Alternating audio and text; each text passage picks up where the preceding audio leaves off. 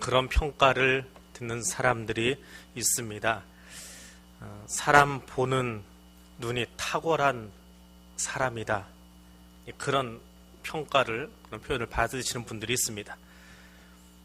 그러면 그렇게 사람 보는 눈이 탁월한 사람은 사람을 만나기만 하면 그 사람을 100% 정확하게 읽어내고 다 파악하고 알 수 있을까요? 아니요 그러신데 왜 아니옵니까? 사람 속이 깊어서. 사람 보는 눈이 탁월한 사람도 자기가 만난 사람을 다 알 수는 없습니다. 이유는 간단합니다. 모든 사람은 자신에게 유리한 것만 상대방에게 보여주고자 하는 본능을 가지고 살아갑니다. 정보를 제공하는 사람은 자신에게 유리한 정보만 상대방에게 제시를 합니다. 그러나 정보를 가져가고 싶어 하는 사람은 상대방의 모든 것을 다 알고 가져가려고 합니다. 그것이 정보 전쟁입니다. 그래서 아무리 탁월한 눈을 가지고 있어도 그 사람이 자기 것을 공개하지 않는 한은 알 수 없습니다. 하나님은 우리에게 말씀을 어떻게 주셨을까요? 자신의 사랑을 다 드러내서 보여주셨습니다. 그런데 우리는 거꾸로 성경을 바라볼 때에 내게 필요한 부분만 따다가 내 것으로 취하고 싶어하는 욕심이 있습니다. 오늘 본문을 한번 보십시다. 11절 말씀에 너희를 향한 나의 생각을 내가 아나니 평안이요 재앙이 아니니라. 너희에게 미래와 희망을 주는 것이니라. 이 본문의 말씀을 읽으면 행복하십니까?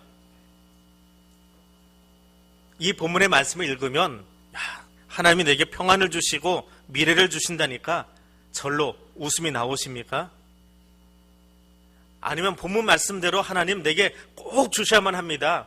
본문 말씀 읽으면서 내 안에 평안과 행복이 가득한 삶, 소망이 가득한 삶을 살게 해달라고 떼부리며 기도하고 있지는 않으십니까? 하나님은 예레미야를 통해서 바벨론에 끌려간 이스라엘 백성들이, 특별히 유다 백성들이 하나님과의 약속이 변하지 않고 있음을 확인시켜주면서 거짓 선지자들에게 유혹당하지 않도록 경계하면서 이 말씀을 주고 있습니다. 그리고 바벨론의 포로로 끌려간 이스라엘 백성들이 흔들리지 않도록, 희망과 용기를 잃지 않도록 이 말씀을 선언하고 있습니다.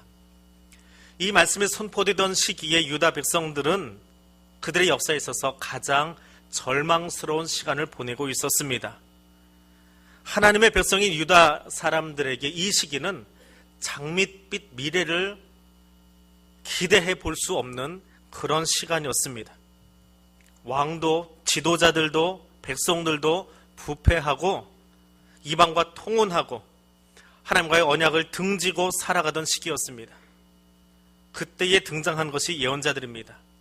예언자들은 한결같이 그 백성들에게 하나님께로 돌아오기를 요청했고, 때로는 예언을 통해서 하나님의 말씀을 전달하고, 때로는 조언을 통해서 왕에게 바른 길 가라고 이야기하기도 했습니다.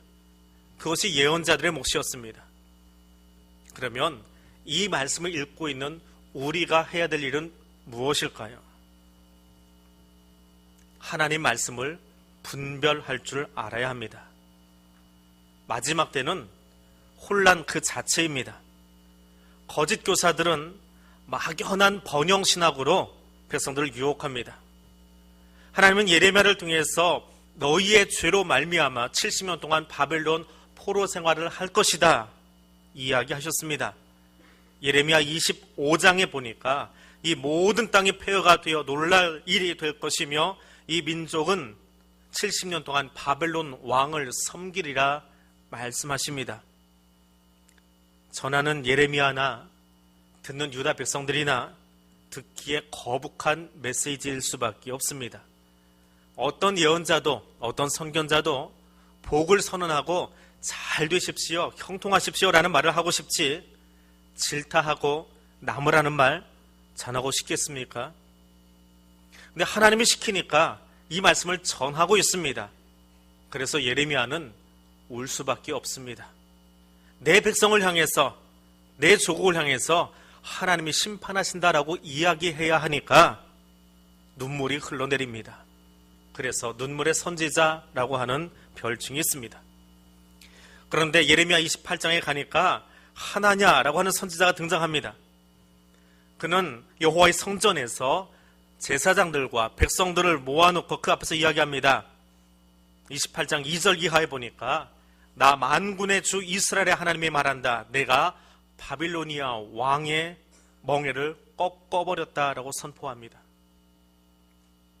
백성들이 어디로 갈까요? 포로로 잡혀간 암울한 현실 속에서 하나님이 너를 심판하실 거야, 정신 차려 이놈들아 하고 설교하는 예레미야 목사의 교회를 찾아갈까요? 아니면 하나님이 너를 해방시켜 주신데 이제 곧 돌아갈 거야, 너는 복받은 백성이야 라고 이야기하는 하나냐 목사님이 목회하는 그 교회를 찾아갈까요?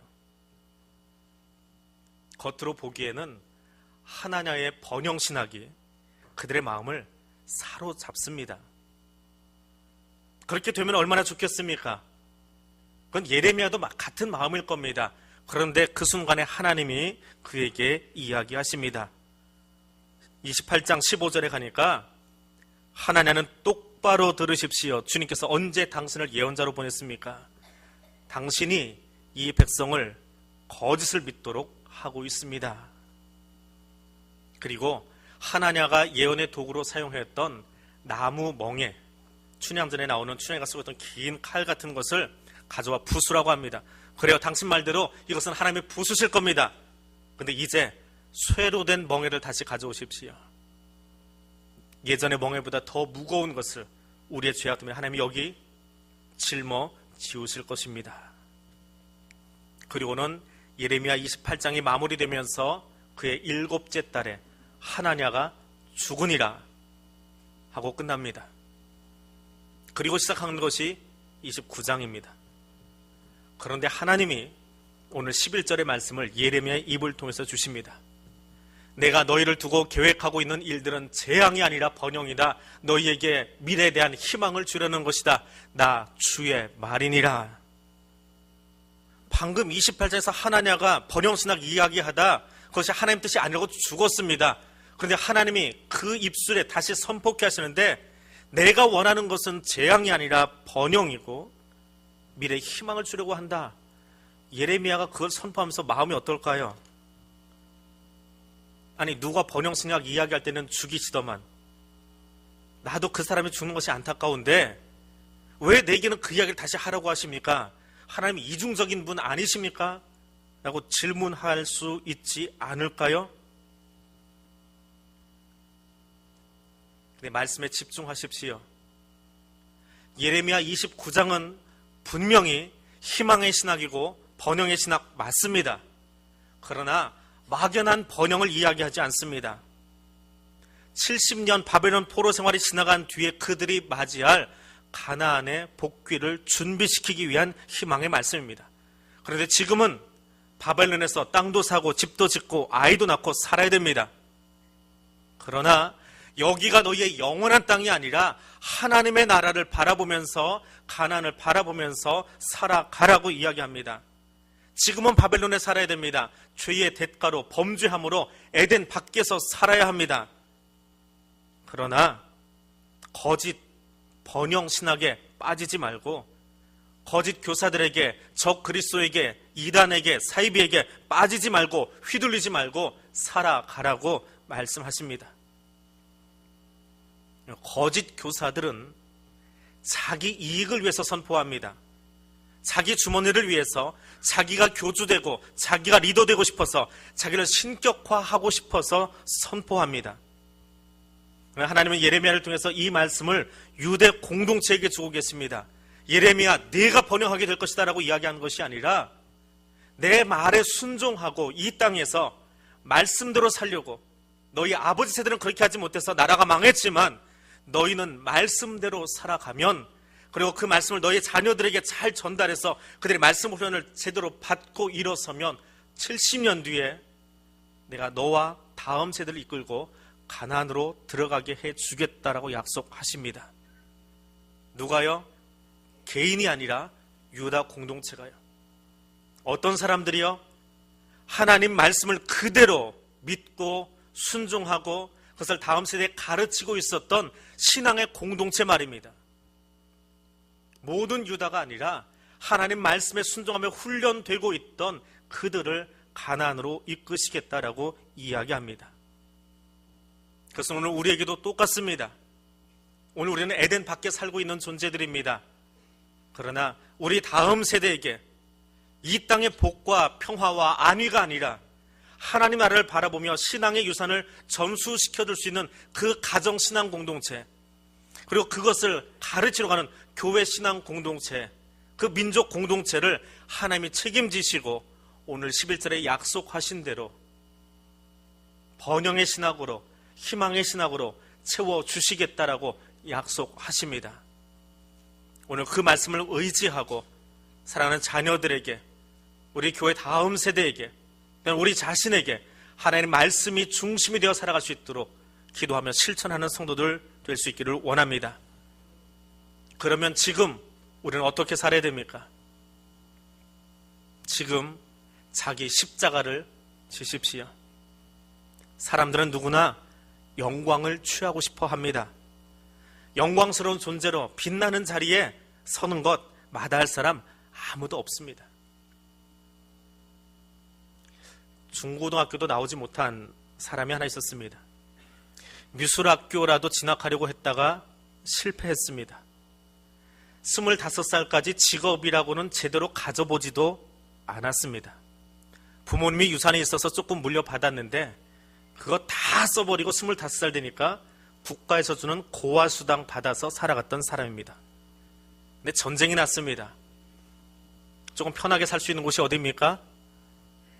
군대 가면 옷도 주고 밥도 주고 집도 주니까 자원 입대했습니다. 그런데 우리나라 군대는 입대하면 자동으로 시간만 되어지면 이등병, 일병, 상병, 병장을 답니다. 그래서 병사들 말로 병장은 장성 중에 하나다라고 이야기합니다. 근데 그 말은 우리나라 군대는 안 어울립니다. 미국이나 서구의 그 군대는, 유럽의 군대는 상병을 달려면 어느 정도의 리더십이 있고 식견이 있어야 상병을 달아줍니다. 그래서 외국 전쟁 영화를 보면 상병 달았다, 이건 굉장한 계급이에요. 병장은 병사들 사이에서는 굉장히 높은 계급에 속합니다. 정말 장성이에요. 근데 이 친구는 상병 이상을 달아보질 못했습니다. 그러니까 지도력이 없다는 거지요. 그러다가 전쟁 말기에 가스탄을 맞았다든가요. 그래가지고 후방으로 후송되고 나서 병원에 입원해 있는 상태로 전쟁이 끝나버립니다. 그리고 30살이 되었습니다. 이 친구는 말을 너무너무 잘해요. 연설에 대가입니다. 그래서 그 연설을 통해서 자기 편을 규합하기 시작하는 거예요. 자기 사람들을 만들고 자기 당을 짓습니다. 그리고 30살이 되어서 그 전까지 세무서에다 자기를 소득세를 내기 위해서 신고할 때 작가라고 써놨는데 30살이 되어서 자기가 처음으로 갖게 된 30대가 넘어간 다음에 갖게 된 직업이 있습니다. 그 직업이 뭔지 아십니까? 총통입니다. 아돌프 히틀러의 이야기입니다. 모든 독일 국민들이 자기를 의지하도록 선동하는데 아주 대단한 자질을 가졌습니다. 요즘 그 책을 사서 앞부분을 읽고 있는데 정말 대단한 연설가입니다. 폭 빠지게 만듭니다. 그게 나의 투쟁이라고 얼마 전에 금서에서 풀려서 읽기 시작하는데요. 정말 연설 잘합니다. 그래서 모든 독일 국민들이 그 1차 대전 직후에 혼란스러운 나라 속에서 누구에게 의지할까 하다가 선동질 잘하는 그 아돌프 히틀러에게 그 나라를 맡겨버린 거예요. 당신이 하십시오. 그래서 전쟁이 또 일어나지요. 이 사람은 어떤 사람과도 교제하지 않습니다. 최측근으로 일컬어지는 괴링이나 괴벨스나 힘러 같은 사람이 있지만 아주 차갑게 거리를 유지합니다. 히틀러의 사진을 모아놓은 걸 보니까 히틀러 가장 옆에 가까이 있는 존재가 하나 있어요. 누군지 아십니까? 애견이에요. 멍멍입니다. 사람은 그 옆에 없습니다. 늘 거리를 유지합니다. 그리고 그 최측근 중에 한 명이 너무 가까이 다가오니까 부대를 동원해서 암살해버렸습니다. 여자도 없고요. 아버지가 되어본 적도 없습니다. 오직 연설로 사람을 휘어잡을 뿐이에요. 사랑할 줄을 모릅니다. 가정에서 자녀를 돌아보는 일을 해보지 않았습니다. 책임지고 직업을 가져본 적도 없습니다. 오직 증오만 있습니다. 결국은 그 증오 때문에 유대인들을 학살하려고 했고 그것이 독일을 패망으로 이끄는 단초가 되었다고 합니다. 사람들은 당장이라도 최고의 복을 누리고 싶어 합니다. 복권 사고 싶은 마음이지요. 단기적인 축복이어도 괜찮습니다. 한 번만 내가 누려볼 수 있으면 하는 그런 욕망들이 사실 우리 안에 있습니다. 그러나 복은, 진정한 복은 연단과 훈련의 과정 뒤에 주어지는 것입니다.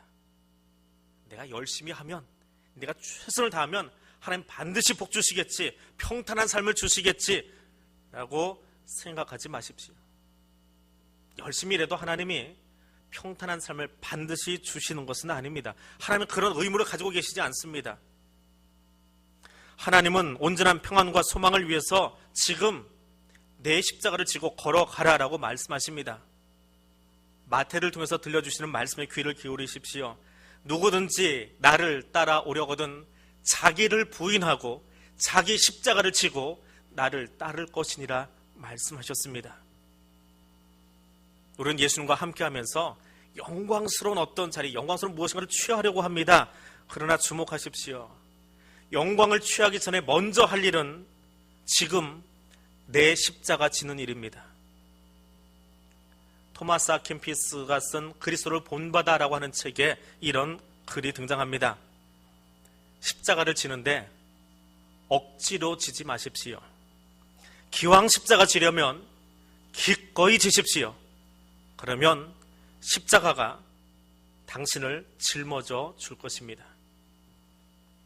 그리스도인 되었다라고 하는 것은 십자가를 지기로 결단하는 삶을 사는 사람들입니다. 로마 사람들에게는 사형의 도구이고 수치스러운 도구이지만 나에게는, 그리스도에게는 마땅히 짊어지고 가야 될 삶 자체입니다. 십자가를 지려고 들지 않으면 공생애를 시작할 때에 예수님을 유혹했던 마귀가 우리 옆에 찾아와서 동일하게 속삭일 겁니다. 내가 이 영광 다 줄게. 내가 너와 함께 하면서 이 자리 보장해 줄게. 내가 너에게 좀 더 좋은 자리에 앉혀줄게. 그러니까 나하고 같이 하자. 내가 너 도와줄 때까지 너는 내 편만 되어줘.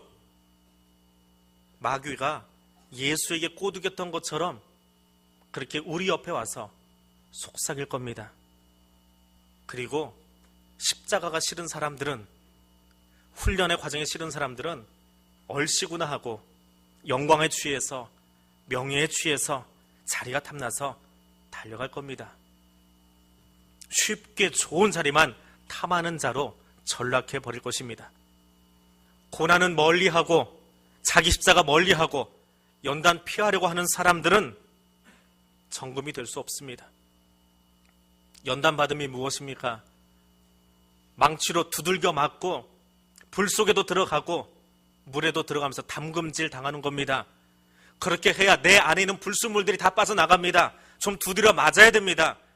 그렇게 연단 받아야 정금이 돼요. 연단 받지 않으면 정금이 될 수 없습니다. 불순물 투성이의 사람으로, 상처 투성이의 사람으로 그것만 고백하다가 인생이 끝나버릴 수 있습니다. 자기 십자가 지십시오. 다른 사람이 지고 있는 십자가보다 내 십자가가 더 무거워 보이십니까? 하나님이 나를 미워해서 저 사람에게는 솜털 같은 십자가 지워주고 나는 천근만근 무거운 십자가 지워주었다고 불평하다 끝나시렵니까? 그 과정 지나가야, 지금 그 무거운 내 십자가 지고 가야 후에는 십자가가 나를 짊어져 주고 영광스러운 자리에 들어갈 수 있도록 하나님 허락해 주실 겁니다. 싫은 소리 듣고 도망가고 싶은 자리, 언짢아서 뛰쳐나가고 싶은 자리, 내 이름이 드러나지 않아서 불쾌한 자리, 내 이름 불러주지 않아서 똑같이 섬겼는데 내 이름 불러주지 않아서 서운한 자리 앉아 계십시오. 하나님이 영광 받으셔야 되는데 내 이름이 영광 받아야 되고 하나님의 이름이 불려야 되는데 내가 수고했으니까 내 이름 불러줘야 되는 그 영광 취하려고 하지 마십시오. 그건 십자가 지는 삶이 아니기 때문에 그렇습니다. 자기 영광 취하는 자리입니다. 예수님은 마태를 통해서 분명하게 이야기하십니다. 자기를 부인하고 주님이 지워주신 십자가 지고 따르라고 말합니다. 바벨론 포로기에 오직 하나님 말씀에 집중하면서 우리 조상들은 그렇게 살지 못했지만 하나님, 우리는 우리 다음 세대는 오직 하나님 영광만 위하여 살겠습니다. 70년 훈련 잘 받고 지나갔더니 하나님이 그들을 약속하신 대로 가나안으로 이끄셨습니다. 오늘 교회도 마찬가지입니다. 천국의 소망은 오직 예수 그리스도께서 십자가 지신 것처럼 나도 내 십자가 지고 가겠습니다. 나를 부인하고 하나님 영광만 위해서 살겠습니다라고 고백하며 실천하는 그 공동체를 하나님이 그의 나라로 이끌어 주심을, 초대교회 성도들이 그렇게 살았던 것처럼 오늘 우리도 그렇게 살기를 원합니다. 사순절 네 번째 주일에 성찬의 자리에 나아가려고 합니다. 우리에게 생명을 주시고 새 언약의 표징으로 피 흘려주신 예수 그리스도의 사랑을 기억하면서 그 자리로 나가려고 합니다. 이 떡을 받고 이 잔을 나눌 때에 하나님께서 우리를 얼마나 사랑하시고 이 떡과 잔을 나누는 것을 통해서 하나님이 우리에게 어떤 사랑을 베풀어 주기를 원하시는지 기억하고 기념하는 시간 될 수 있기를 원합니다. 기억하십시오. 예수 그리스도의 고난당함과 순종이 없으면, 자기를 내려놓고 하나님의 뜻에 순종하는 그 모습이 없었으면 오늘 우리는 이 성찬 앞에 나아갈 기회조차 얻을 수 없었습니다. 예수의 순종이, 예수의 십자가 길 걸어가심이 저와 여러분으로 하여금 이 성찬상 앞에 나올 수 있도록 은혜의 자리가 만들어진 것입니다. 그렇다면 오늘 나의 삶도 그러하기를 원합니다. 주님 다시 오실 날을 소망하면서 오늘을 살아가는 성도 여러분, 사순절 네 번째 주일에 하나님이 허락하실 진정한 평안과 소망을 바라보면서 오늘은, 이 시간은 나를 부인하고 내 십자가를 지고 경건의 훈련에 더욱 힘쓰면서 하나님이 나눠주신 그 사랑의 흔적들을 내 온몸으로 경험하고 기념할 수 있는 은혜의 자리가 되어지기를 원합니다. 그리고 이 시간 그 십자가의 사랑으로 우리를 성만찬의 자리에 초대하시는 성삼위 하나님의 초대에 응답하실 수 있기를 원합니다. 기도하겠습니다. 하늘에 계신 하나님 아버지, 감사합니다.